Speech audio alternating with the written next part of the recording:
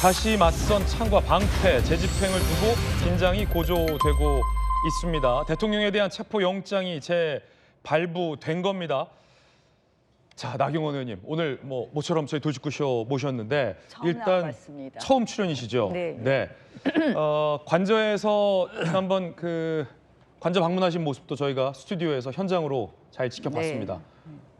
오늘도 혹시 여당 의원들이 나가시나요, 관저에? 아직 저희가 논의를 마무리하지는 않았고요. 오늘은 사실은 의원총회도 있고 본회의도 있습니다. 본회의는 또 중요한 법안들, 지난번에 특검법이라든지 거부권을 행사한 우리가 위헌적이라고 이야기하고 있는 이런 법안들이 올라가 있기 때문에 실질적으로 관저 이동이 그렇게 녹록하지는 않다고 생각합니다. 그렇군요. 네. 자, 오늘 여차하면 영장 재집행에 나설 수도 있다는 겁니다. 일단 법원이 재발부한 체포영장 소식부터 전해드리겠습니다. 만나보시죠. 자, 서부지법이죠. 역시 담당 재판부 영장 집행 기한을 비공개했습니다. 이르면 오늘 재집행할 가능성이 있는 겁니다. 달라진 상황은 없습니다. 자, 나경원 의원님. 공수처가 지난번에 경찰과 함께 체포 시도에 나섰지만 빈손으로 돌아왔습니다. 대통령실과 또 여권에서는 내란죄 수사권이 없는 공수처가 이렇게 수사를 하는 것과 체포영장을 집행하는 것도 불법과 위법의 여지가 있다라고 지금 반발하고 있는 상황인데 달라진 건 없잖아요. 여차하면 또 오늘 영장을 집행할 수도 있다는데 어떻게 생각하십니까? 저는 굉장히 안타깝다는 말씀을 드리겠습니다. 사실 이제 저희가 계엄 이후에 이렇게 진행되는 모든 과정을 보면 이것이 더 법에 맞게 진행이 되지 않을 경우에는 국론 분열만 가져올 것입니다. 그런데 이미 아시다시피 탄핵 찬반 집회가 지금 계속되고 있는데요. 네네. 공수처는 아시다시피 내란죄에 대한 수사 권한이 없습니다. 내란죄 수사 권한은 경찰이 가지고 있습니다. 그런데 공수처가 이 수사 권한 없는 공수처가 네. 그다음에 공수처는 원래 법원의 영장을 발부받으려면 공수처법에 따라서 중앙지방법원에 청구하게 되어 있습니다. 그런데 이것도 서부지방법원에 청구를 해서 소위 이 편향성이 있는 판사로부터 영장을 억지로 발부받았고 그 영장에는 일종의 이 사실상 그 형사소송법 101조를 제외한다라는 일종의 그 입법적인 권한까지 행사하면서 하는 불법적 영장을 받았어요. 그래서 우리가 이러한 부분은 권한이 없으니 수사권은 경찰로 넘겨라라고 말하는데 공수처가 고집을 부리면서 재집행하겠다고 영장을 다시 발부받았고요. 또 그것을 어제 공수처장 나와서 이야기하는 걸 보니까 저는 그렇게 해서 만약에 영장을 집행한다면 또 다른 국론 분열과 갈등이 아주 최고조로 달하지 않을까. 그렇게 된다면 결국 우리가 계엄의 위헌 위법을 따지고 있는데 이러한 수사 과정이나 이러한 부분, 계엄 그리고 그다음 내란죄 이야기를 했는데요. 이렇게 된다면 누가 승복하겠습니까? 그래서 저는 공수처장이 어제 나와서 야당이 굉장히 압박하더라고요. 공수처장한테 총 맞을 걸 각오하고 집행해라 이렇게 얘기를 하는데 그것이 아니라 거기에 대해서 내하고 각오를 다질 것이 아니라 이 부분에 대해서 불법을 거두어내서 저희가 정리하겠다 이렇게 하는 것이 맞다. 그래서 오늘 또다시 영장을 집행한다면 이것은 역사에 두고두고 남을 일이다라고 말씀을 드리고 싶습니다. 야당에서는 나 의원님을 포함한 여당 현역 의원들이 관저 앞에 방문한 것을 두고 계엄을 한 대통령을 두둔하거나 비호하는 것 아니냐라는 지금 비판도 나오고 있거든요. 이에 대한 입장 어떻습니까? 야당은 또 고발도 한다 그랬어요. 야당이 요새 줄고발의 사태 시간인데요. 사실은 저희 이제 관저 앞에 가신 의원님들의 생각들이 아주 다양하다고 생각을 하는데요. 저희가 관저 앞에 가서 국민들께 말씀드리고 싶었던 것은 정말 헌법 가치와 법치주의를 지켜야 된다. 우리가 어떠한 일이 잘못됐다고 해서 그다음 모든 과정을 불법적으로 위법적으로 진행한다면 그것은 결국 민주주의의 완성이 아니라는 것을 정말 호소하고 싶었습니다. 저는 이렇게 정말 우리가 계엄 있고 나서 그다음 열 하루 만에 탄핵을 했어요. 그리고 나서는 헌법재판소로 가지고 갔는데 또다시 이제는 그다음 뭐 여러 가지 이유를 들어서 수사를 이렇게 불법적으로 하고 있습니다. 그래서 이렇게 가서는 어느 국민도 승복하지 않는다. 그래서 이 법치주의에 대한 이야기를 하고 싶어서 갔고요. 네. 정말 우리가 지금 다시 생각해야 될 것은 법적 그 정당성, 결국 절차적 정당성, 듀 프로세스 이런 걸 생각해 봐야 된다. 대한민국 참 불행한 나라인 게요. 대통령 탄핵을 이미 벌써 3번째 했습니다. 지난번 탄핵은 아마 이렇게 여러 가지 좀 논란이 있으면서 그래도 한 60일 정도 논란이 갔다면 이번에는 바로 11일 만에 탄핵을 했는데요. 탄핵 소추 우리 국회에서 탄핵 소추안 결의할 때 증거 및 참고 자료를 첨부하게 되어 있는데요. 증거 및 참고 자료예요. 언론 기사 62건밖에 없습니다. 미국은 닉슨 대통령 탄핵 때도 한 2년 정도 조사를 했고요. 상하원, 하원에서. 그리고 클린턴 대통령의 경우에도 1년 정도 조사했습니다. 우리 국회법에도 법사위에 조사를 할 수 있게 하고 있습니다. 그런데 뭐 조사 보고서 한 장도 없이 언론 기사 62건만으로 탄핵하는 것이 맞겠느냐. 우리가 이런 것부터 절차를 꼼꼼하게 해야지만 저는 국론이 분열되지 않고 이러한 절차에 모두들 승복할 수 있지 않을까 이렇게 생각합니다. 예. 자, 지금 현재 한남동 관저 상황 영상 저희가 띄워드리고 있습니다. 박수현 의원님, 지금 저곳이 이제 한남동 관저 정문 흰색 철문인데요. 앞뒤로 이른바 겹겹이 좀 차벽이 더 강화된 모습이 실시간으로 지금 포착이 되고 있습니다.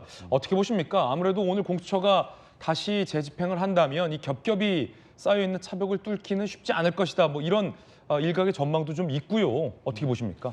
그러니까 참 많은 걱정이 들고 안타깝습니다. 우선 1차 체포영장 집행을 시도할 때는 바로 철문 바로 뒤에 버스 한 대가 가로로 서 있는 그런 정도였는데 지금은 저렇게 세로로 3대를 한 5대가 이제 배치돼 있고, 네네. 그다음에 이제 원형 철조망까지 동원이 돼 있잖아요. 그 부분은 제가 볼 때 아마 그 군 병력이 철수한 그런 부분들을 보강하느라고 이제 이렇게 원형 철조망을 막은 것으로 이제 보이는데, 지금 나경원 의원님께서도 말씀이 계셨습니다만 이런 것이죠.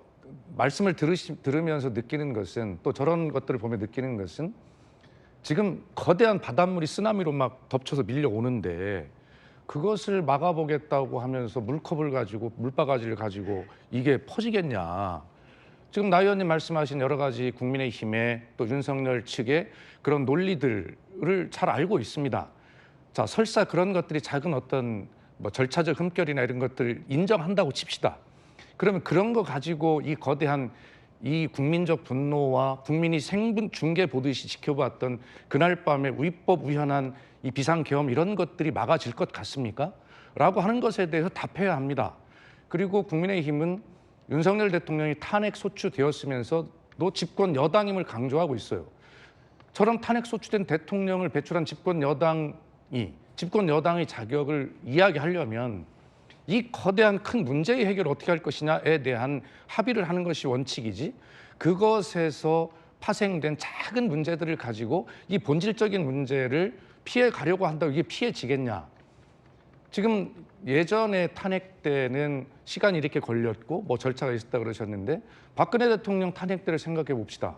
그때는 국민이 생중계 보듯이 본 것이 아니에요. 수사기관의 수사를 거쳐서 하나씩 새로운 사실 밝혀내고 국민이 이해가는 과정이었으니까 뭐 90일 걸리고 60일 걸리고 했어요. 근데 이 부분은 12월 3일 날 모든 국민이 생중계 보듯이 직접 다 본 것이고 국민이 다 증인입니다. 그런데 이 문제가 너무 탄핵의 절차가 빠르다. 그것을 또 이재명 대선을 빨리 조기 대선을 치르기 위해서 그렇게 한다라고 하는 온갖 논리를 좀 가지고 나오시는 거죠. 예, 저희 민주당도 그런 논리들 잘 듣겠습니다.